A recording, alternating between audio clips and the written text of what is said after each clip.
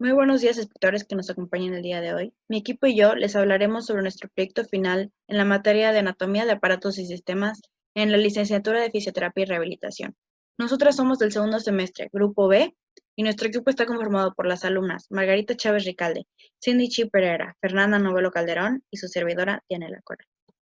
Nosotros a lo largo de este semestre hemos aprendido los diferentes aparatos y sistemas que forman nuestro cuerpo y nos mantienen en nuestra vida, aprendiendo de la función y la anatomía de cada uno de estos.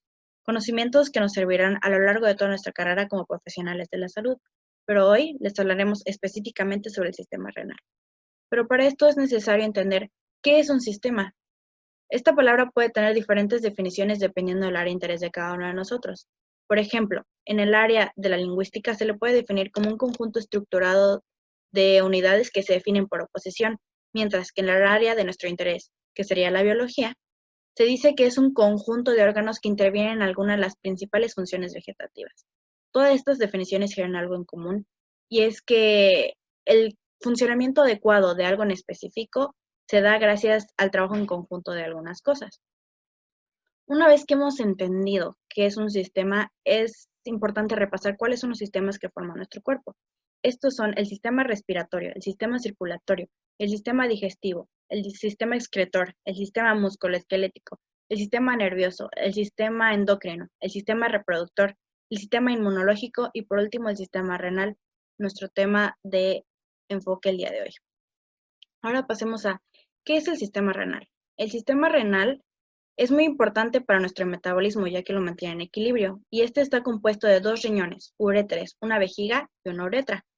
En este, los riñones son los principales reguladores de los líquidos corporales y se encargan de la producción de la orina. Una vez que se ha producido esta orina, es llevada hacia la vejiga por medio de los uréteres. Una vez que se ha llenado la vejiga, se da algo conocido como el reflejo de micción. Una vez que tenemos esto, se transporta la orina desde la vejiga hacia el exterior de nuestro cuerpo por medio de la uretra.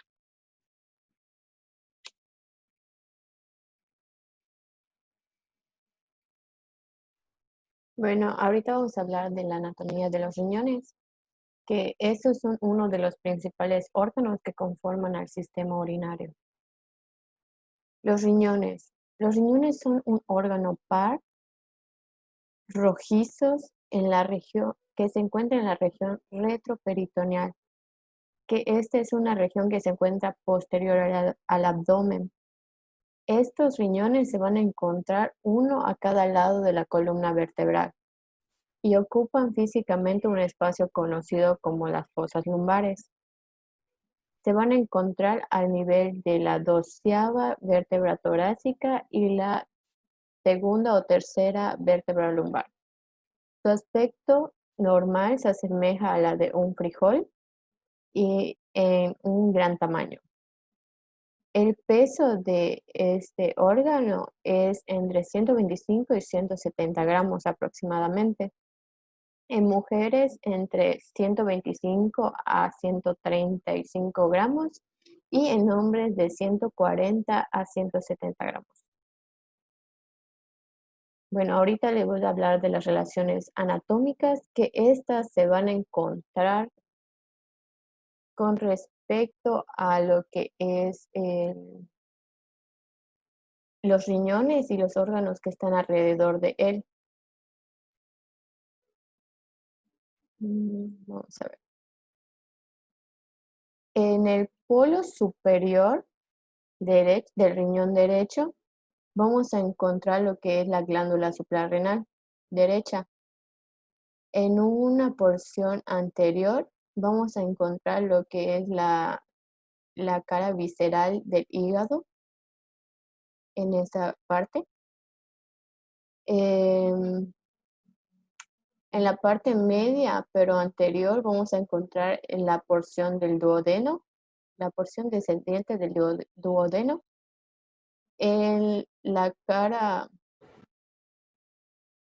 en el borde lateral, vamos a encontrar al ángulo cólico derecho. En el polo inferior vamos a encontrar lo que es el intestino delgado. Y en la porción supraciliar que es por aquí arriba, se va a encontrar lo que es la vena cava, o sea, va a haber un contacto con la vena cava inferior, y en la porción infrailiar se va a encontrar ambos riñones, el ligamento renouretral. En el riñón izquierdo, en el polo superior vamos a encontrar lo que es la glándula suprarrenal izquierda. A un lado vamos a encontrar lo que es el estómago y el vaso. En la parte anterior se va a encontrar lo que es el cuerpo y la cola del páncreas. Por abajo de se va a encontrar lo que es el ángulo cólico izquierdo. Abajo del ángulo cólico izquierdo se va a encontrar lo que es la porción del colon descendente, y en el polo inferior vamos a encontrar lo que es el yeyuno, y en la porción supraciliar se va a encontrar lo que el riñón izquierdo va a estar como que separado de la aorta por el pilar de lo que es el diafragma. Y abajo, como se había mencionado en el riñón derecho, en la zona de infrailiar, se va a encontrar lo que es el ligamento renouretral. Las relaciones posteriores. En las relaciones posteriores, vamos a encontrar por encima en lo que es ambos polos superiores, se va a encontrar lo que es el diafragma. Más abajo, o sea, inferior, lateral y medial, se va a encontrar lo que es el músculo transverso del abdomen. El músculo transverso del abdomen está como que rojito. Luego vamos a encontrar como que en la porción media de los riñones, lo que es el músculo del cuadrado lumbar, que está en azul. Y luego vamos a encontrar más medialmente o más cercano a lo que es el borde medial, vamos a encontrar el músculo de psoas mayor, que está como que moradito.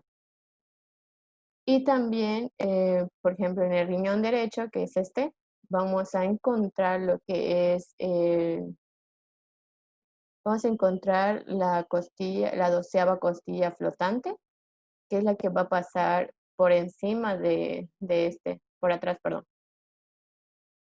Y en el riñón izquierdo, se va a ver que va a pasar tanto la 11ª como la costilla 12ª. Y esto ocurre porque, como se sabe, el riñón derecho está más abajo gracias al hígado, y por eso va a estar descendido, y esta costilla no va a llegar a tocar con el riñón.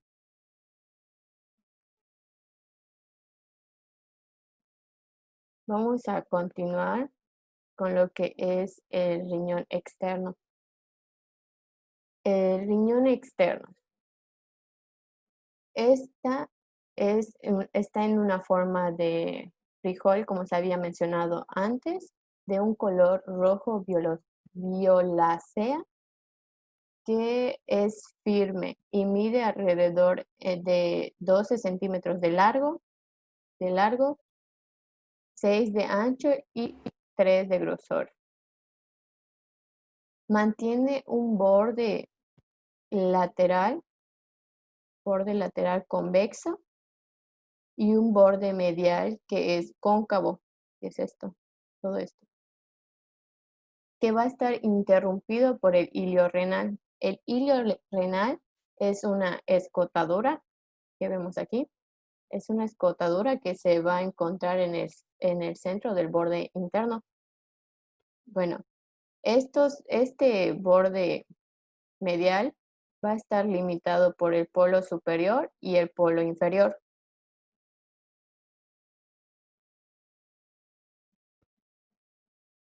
Bueno, en sus caras va a tener dos caras, que es la anterior y la posterior. La cara anterior va a ser lisa y la posterior va a ser aplanada. como ya había mencionado, este va a tener dos polos, que es el polo superior y el polo inferior. Y va a estar conformado también por la cápsula fibrosa renal, que es esta estructura, que es la que va a estar rodeando a todo lo que es el riñón. Más adelante se explicará también su función. Bueno, vamos con las fascias renales. Las fascias renales. La cápsula fibrosa o la cápsula renal que se había mencionado anteriormente es la que va a estar rodeando a todo lo que es el riñón, que es una capa lisa y transparente de tejido conectivo, denso y regular, que sirve como una barrera contra los traumatismos, o sea, golpes, y ayuda a mantener la forma de riñón. Es la capa más interna. Bueno, vamos a seguir con la otra capa. Es la cápsula adiposa o también conocida la grasa perinefrética o perirenal, que es esta la que se encuentra aquí. Esta capa es una masa de tejido adiposo que rodea la cápsula renal, que es también, esta va a proteger también al riñón de traumatismos y lo sostiene de manera firme o sea, a su lugar dentro de la cavidad abdominal, que esto permite que el riñón no se descienda, ni suba, ni se vaya más para adelante, ni atrás. La otra capa es la fascia renal. La fascia renal es todo esto que se ve como bordeado de blanco. Es una capa fina de tejido conectivo denso y regular que engloba la cápsula adiposa, que fija al riñón a las estructuras que lo rodean y a la pared abdominal. Bueno, esta fascia renal va a estar compuesta por dos hojas. La anterior, que va a ser llamada la de Gerota, y una hoja posterior que va a ser llamada la de Zuckerkart, que se fusionan en el borde lateral y sigue lateralmente hacia unirse a la fascia transversalis, que es esta. Y es la que se encuentra más externamente. Bueno, vamos a hablar del riñón interno.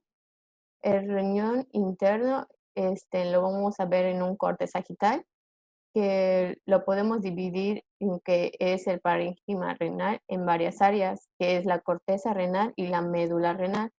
La corteza renal va a estar compuesta por los corpúsculos renales y los túbulos contorneados proximales, que son los que están dentro de la nefrona, que componen a la nefrona más que nada. Eso igual se lo van a explicar más adelante. Bueno, la cápsula fibrosa, como ya se había mencionado, es la que va a rodear completamente a riñón y que penetra hasta el ilio. Vamos a comenzar desde la superficie hasta la profundidad, más o menos, para que lo entiendan. La corteza renal es una banda continua de tejido claro, que es esto que se ve aquí, todo esto. Es una banda continua de tejido claro que rodea totalmente a la médula. En ella se encuentran los corpúsculos renales y los túbulos contorneados proximales. Contorneados. Tiene un espesor aproximadamente de 6 milímetros, aproximadamente, y se halla cubierto por la cápsula fibrosa. Bueno, las columnas de Bertin son las que son prolongaciones profundas de la corteza renal, que están formadas por los territorios alargados de las pirámides renales y se extienden hasta el seno renal, que es esto. Todas las cortezas son, las columnas son estas que están aquí, las que se ven claras entre cada pirámide. Bueno, Vamos a empezar con la médula renal, que es de color más oscuro, como se puede ver aquí. Es más oscura que la corteza. Conforman las pirámides de Malpighi, que son estas cosas triangulares que se ven. Son las cuales tienen forma cónica y su base está orientada a la corteza. Y su vértice va a estar hacia el seno renal, que es todo eso.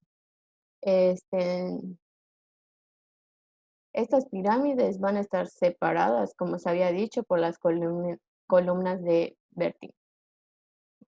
Los vértices de las pirámides, que son estos que se encuentran aquí, van a estar constituyendo a las papilas renales, que son los que van a recibir los túbulos colectores a través de los orificios papilares en el área cribosa. Estos túbulos colectores son los que terminan, son los que se encuentran al final de la nefrona y donde va a transcurrir el líquido de lo que es la orina.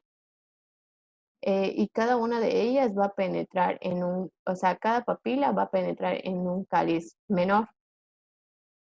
Bueno, los cálices renales marcan el comienzo de la vía excretora y transportan la orina entre las papilas y la pelvis renal.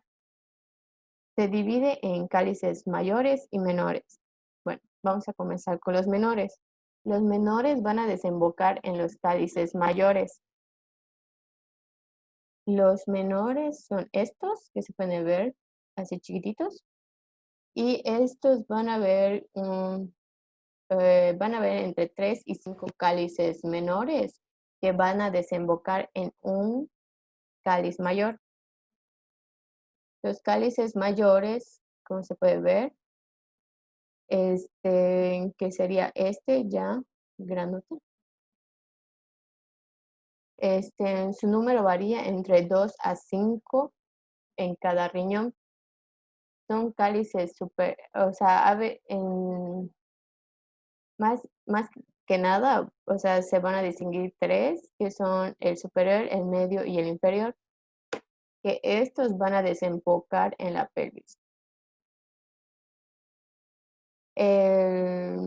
La pelvis renal, que es lo que se encuentra en medio, ya donde desembocan todos los cálices mayores, se encuentran dentro del seno renal, que es la cavidad dentro del riñón, y atraviesa el ilio renal, que ya habíamos dicho que es la escotadura, donde entran los vasos sanguíneos y lo que es la pelvis.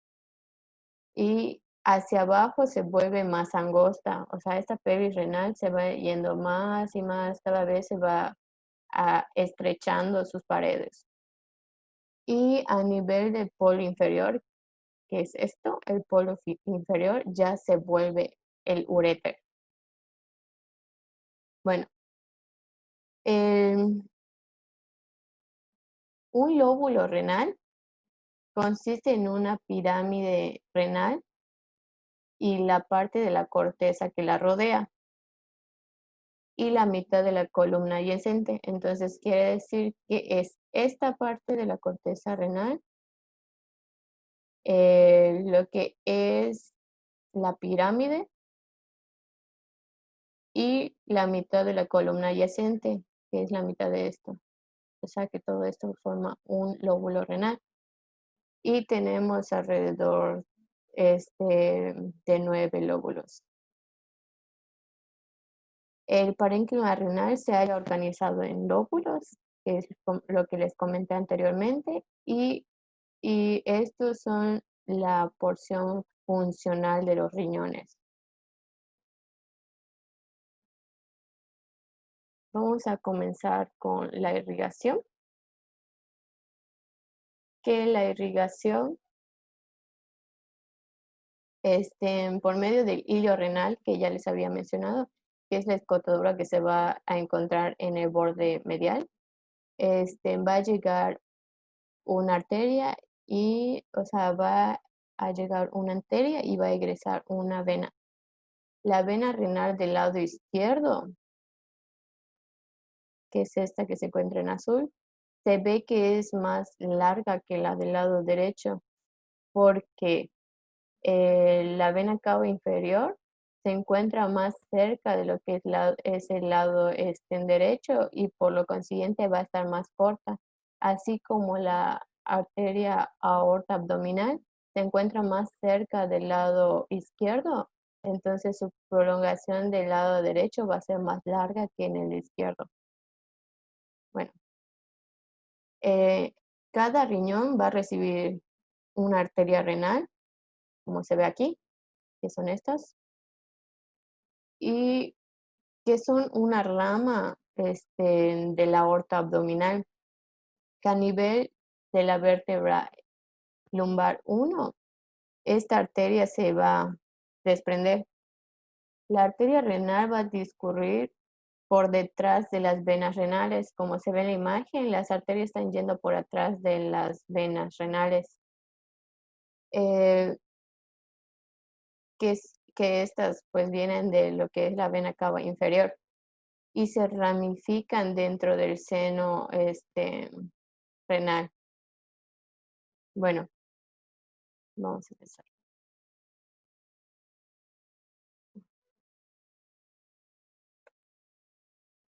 Bueno, aquí ya es más interno. Esta arteria renal que va a llegar se va a dividir en tres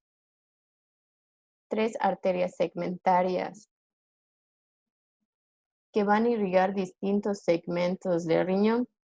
Cada arteria segmentaria da diversas ramas que ingresan a la parénquima y pasan a través de las columnas entre las pirámides como arterias interlobulares, que serían estas, entre las pirámides. En la base de las pirámides, las arterias interlobulares se arquean, lo que está viendo aquí, se arquean y ya son las arterias arciformes o también llamadas arcuatas. En las divisiones de las arterias arciformes dan lugar a la serie de arterias interlobulares, que son esas que se encuentran aquí. Estas arterias se llaman así porque pasan entre los lobulillos renales.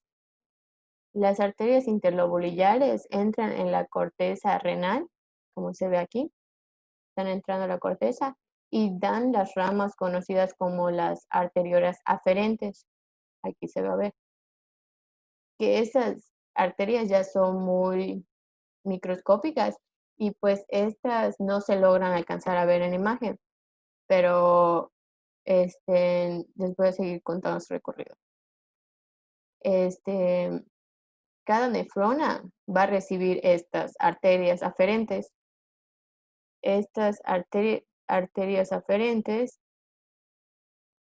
se dividen en un capilar, que es lo que es el glomérulo de cada nefrona, que es muy diminutivo. Los capilares glomerulares luego se reúnen para formar la arteriola eferente, esta, que transportan sangre fuera del glomérulo. Los capilares glomerulares son los únicos entre los tres capilares del organismo porque están situados entre dos arteriolas, en vez de que sea una arteriola y luego una vénula. Como son redes capilares, también desempeñan un papel importante y es conocido también, o sea, es conocido que pertenecen tanto al sistema circulatorio como es el sistema urinario. Las arteriolas eferentes se van a ramificar para formar los capilares peritubulares, estos, que rodean a las porciones tubulares de la nefrona, que más adelante les van a estar hablando de estas, cómo está compuesta la nefrona, que está compuesto por lo que es el tubo contorneado proximal, la asa de Henle, el tubo contorneado distal y el túbulo colector. Entonces, estos capilares peritubulares van a estar rodeando a estos túbulos que se encuentran en la nefrona. De estas, pasan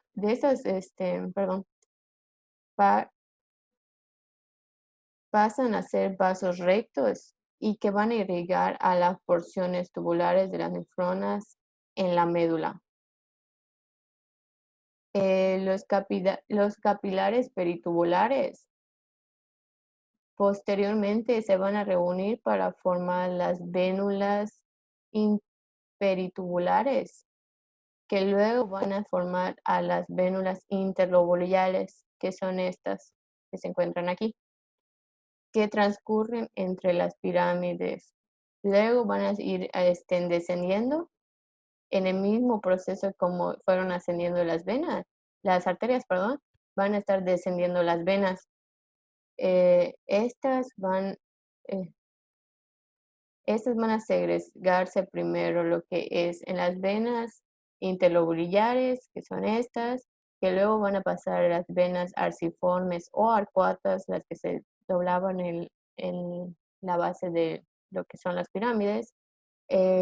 Luego van a pasar a las venas interlobulares, que son las que se encuentran entre las pirámides, y luego van a llegar a ser lo que son las venas segmentarias, que son 3 igual. Y estas venas segmentarias ya van a desembocar a lo que es la vena renal, que luego va a llegar a lo que es su porción de la vena cava inferior.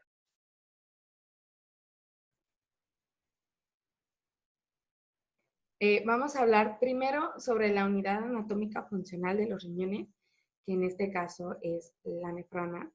La nefrona se encuentra principalmente en la corteza renal y su principal función es la filtración de sangre para regular el agua y las sustancias solubles, absorbiendo lo importante y excretando lo que no es necesario por medio de la orina. Es responsable más que nada de la purificación del agua. El ser humano puede tener entre 1.000.000 a 1.300.000 nefronas por cada riñón. Y vamos a hablar un poquito sobre su estructura, como podemos ver en la imagen. La nefrona está compuesta prácticamente por un corpúsculo renal en comunicación con un túbulo renal. El corpúsculo renal es mejor conocido como corpúsculo renal de Malpighi, constituida por la cápsula de Bowman, como podemos ver aquí, con un glomérulo. El glomérulo es esta bolita roja, vamos como un nudo, vamos a decirlo así, y la cápsula de Bowman, que es la partecita amarilla. Y la cápsula tiene dos aberturas, que es por donde pasan la arteriola aferente y la arteriola eferente. La nefrona es parte de un mecanismo homeostático, ya que regula la filtración, absorción y excreción de lo que son líquidos como agua, glucosa, grasas, proteínas, etc. Vamos a pasar ahora con los uréteres. Tenemos dos uréteres, izquierdo y derecho. El uréter izquierdo es más largo que el uréter derecho por la posición que tienen los riñones. Recordemos que los riñones, el riñón derecho está un poco más bajo que el riñón izquierdo. Cada uno mide aproximadamente entre 30 y 35 centímetros en un adulto. Son conductos musculares con una luz estrecha que transportan la orina desde los riñones hacia la vejiga y presentan un movimiento peristáltico. Su ubicación es en la pelvis renal, como podemos ver en la imagen, y está compuesta de 3 capas, que son la adventicia, la muscular y la mucosa. La capa adventicia se compone de tejido conjuntivo. La capa muscular se divide en 2 folículos que permiten el movimiento peristáltico, que son la circular externa y la longitudinal izquierda. Y la capa mucosa son como unos pliegues como podemos ver aquí en la imagen, son unos pliegues tipo en forma de estrella o de flor, que son hechas por epitelio de transición.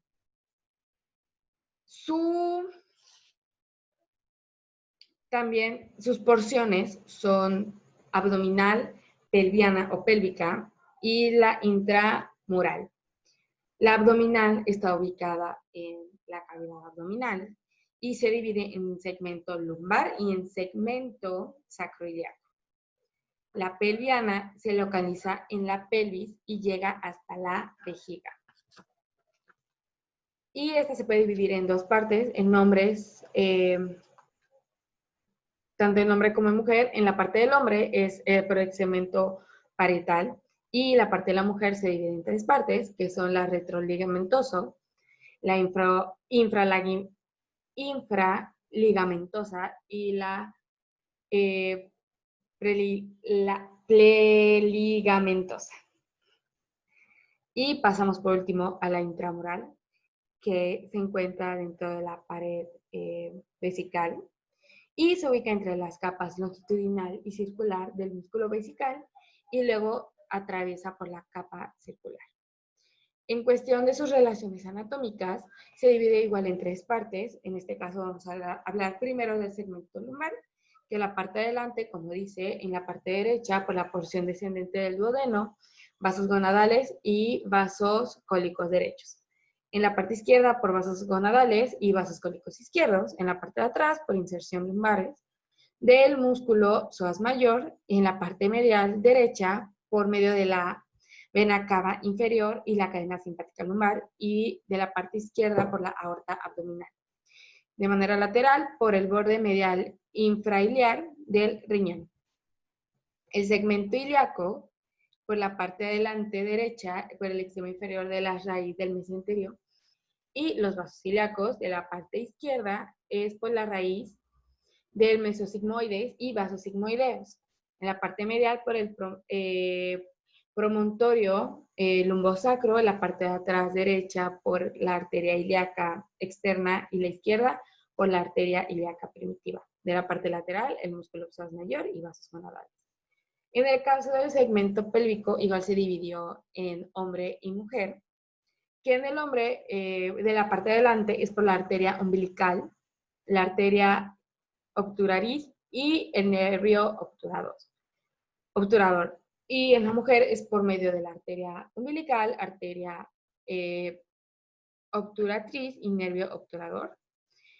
Por la parte de atrás, en el hombre, la arteria rectal media y la arteria ilíaca interna.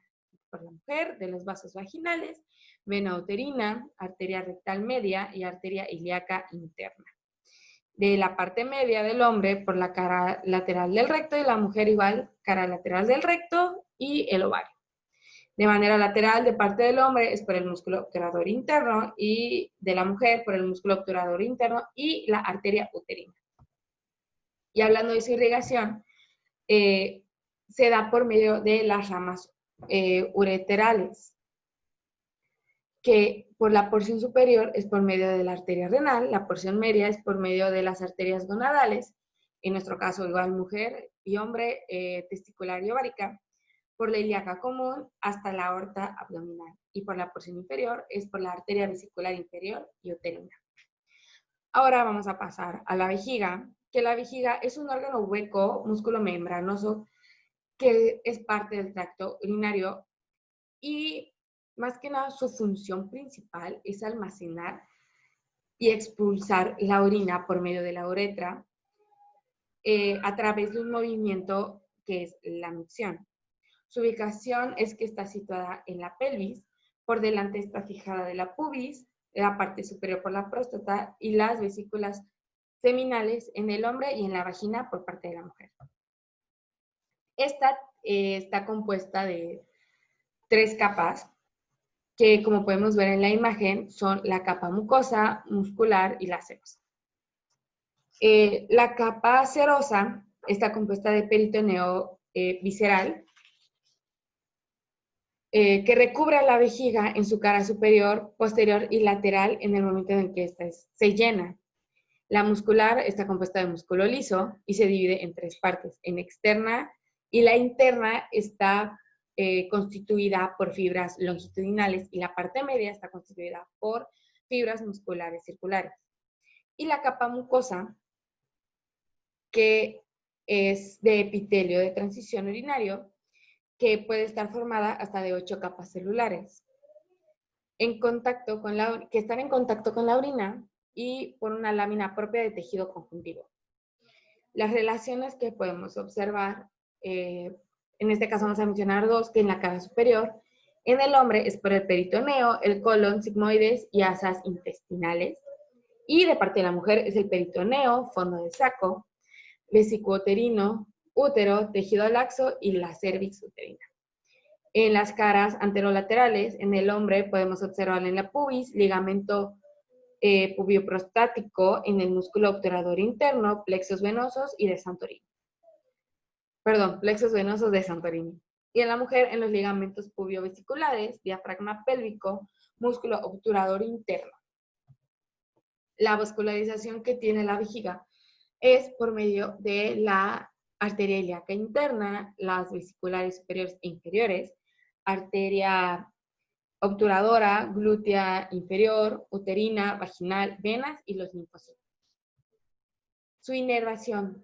Por el hombre es por medio del plexo prostático y la mujer por medio del plexo vesical. También por fibras parasimpáticas desde S2, como podemos ver en la imagen, desde S2 hasta S4. Por fibras simpáticas, fibras de tipo sensitivo, de distensión y dolor, y nervios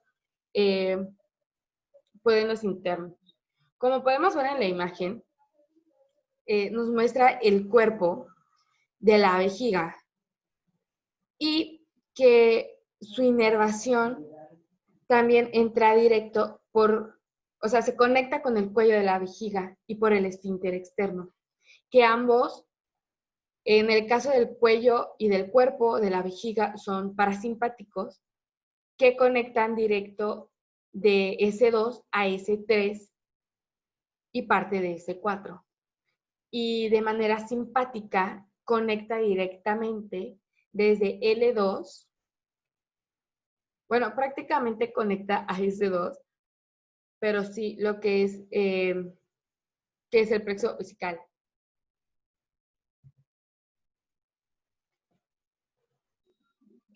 Bueno, ahorita vamos a hablar de la uretra. La uretra es el conducto tubular a través de la cual la vejiga elimina la orina al exterior durante la micción, o sea, al acto de orinar. En el hombre cumple también una función reproductiva al ser el conducto que transporta el semen durante la eyaculación. Cabe recalcar que la ubicación de la uretra nace en la vejiga urinaria. Está situada en la excavación de la pelvis, está fijada por delante del pubis y está limitada por el recto. Las caras de la uretra son la cara anterior o la cara superior, la cara anteroposterior o la cara anteroinferior y la cara posteroinferior o fondo de la vejiga urinaria. Ahorita vamos a hablar de la cara anterior. La cara anterior es cóncava y triangular. El vértice se orienta anteriormente a los lados, está constituido por los bordes laterales y posterior del órgano. La cara anteroposterior o anteroinferior es convexa y se orienta inferior y anteriormente. Está unida a la pared anterior de la pelvis por los ligamentos puboprostáticos en el hombre o pubovesicales en la mujer. Ahora, la cara posteroinferior o fondo de la vejiga urinaria es triangular y está orientada en la parte inferior y posteriormente. El vértice del triángulo está marcado por el orificio interno de la uretra y la base por el borde posterior de la vejiga urinaria. Las relaciones de esta cara varían en el hombre y en la mujer. Ahora vamos a seguir con los bordes de la uretra. Los bordes son dos, que vienen siendo lateral y posterior. El borde lateral están rodeados por la arteria umbilical en el hombre y los conductos deferentes con frecuencia rodean este borde. El borde posterior está situado en la unión de la cara superior y la cara posterior-inferior de la vejiga urinaria. Es recto y cóncavo y se relaciona con el recto en el hombre y el istmo del útero de la mujer. Ahora vamos a seguir con las capas. Esto cabe recalcar que trata de las capas de la vejiga, que como ya habíamos dicho antes, la uretra nace en la vejiga. Entonces, las capas de esta es la capa serosa, la capa muscular, y la capa muscular se divide en tres, que es la capa externa o superficial, la capa media, la capa interna o profunda. Después sigue que las tres capas las forma el músculo detrusor, que cuando se contrae expulsa la orina y contiene como antagonistas los esfínteres de la uretra. Y ya después, entre la capa serosa y la capa muscular, sigue la capa mucosa. Pero vamos a explicarlos más a fondo. La capa serosa es el peritoneo visceral, recubre la vejiga en su cara superior y parte posterior y laterales cuando está llena. La capa muscular está formada por músculo liso con tres capas, que son las que dije anteriormente, que ahorita les voy a repetir, que es la capa externa o superficial. Esta está formada por fibras musculares longitudinales. La capa media, formada por fibras musculares circulares. Y la tercera división de la capa muscular es la capa interna o profunda, que está formada también por fibras longitudinales. Después de esta sigue la capa mucosa, que no es un derivante de la capa muscular, sino que es un derivante de la pared, si es una capa de la pared. Entonces, esta está formada por epitelio de transición urinario, que es un epitelio estratificado de hasta 8 capas de células impermeables, en contacto con la orina y por la lámina propia, que es este tejido conjuntivo. Después vamos a seguir con las irrigaciones. En las irrigaciones se encuentra en el hombre las arterias vesicales, la prostática y pudendas, las ramas de la ilíaca interna. En la mujer es arterias vesicales, lo mismo que el hombre. Sin embargo, lo que cambia es que en el hombre tiene la prostática y en la mujer tiene las vaginales y pudendas. Siguen teniendo las ramas de la ilíaca interna, tanto el hombre como la mujer. Podría decirse que una de las diferencias entre el hombre y la mujer viene siendo la irrigación, que es prostática, y en la otra es vaginal. Las diferencias entre el hombre y la mujer, una ya la dijimos anteriormente, es su irrigación, prostática y vaginal. Y la otra es que la uretra es más larga en el hombre, la punta es delgada y la porción del hombre, del pene, es esponjosa. La mujer, su irrigación es vaginal, la uretra es mucho más corta y el vestíbulo es de la vulva. La porción perineal desemboca en la uretra en la vulva, en el meato uretral externo, o sea, en la papila uretral. Ya para terminar, la función general del riñón son que eliminan los desechos y el exceso del líquido del cuerpo. Los riñones también eliminan el ácido que producen las células del cuerpo y mantienen un equilibrio saludable de agua, sales y minerales como sodio, el fósforo y el potasio en la sangre. Como conclusión, podemos decir, antes de llegar a esto, es que las hormonas principales de los riñones son la eritropoyetina, la renina y el calcitriol. La eritropoyetina se basa en la estimulación de producción de glóbulos rojos por la médula ósea. Si no tuviéramos esta hormona, sin ella sufriríamos de anemia. La renina regula la tensión arterial de manera indirecta al regular los niveles de sales en sangre. En ocasiones, para controlar la hipertensión, se usan fármacos que actúan directamente sobre esta sustancia. Y el calcitrol es la forma activa de la vitamina D para mantener el calcio para los huesos y para el equilibrio químico normal en el cuerpo.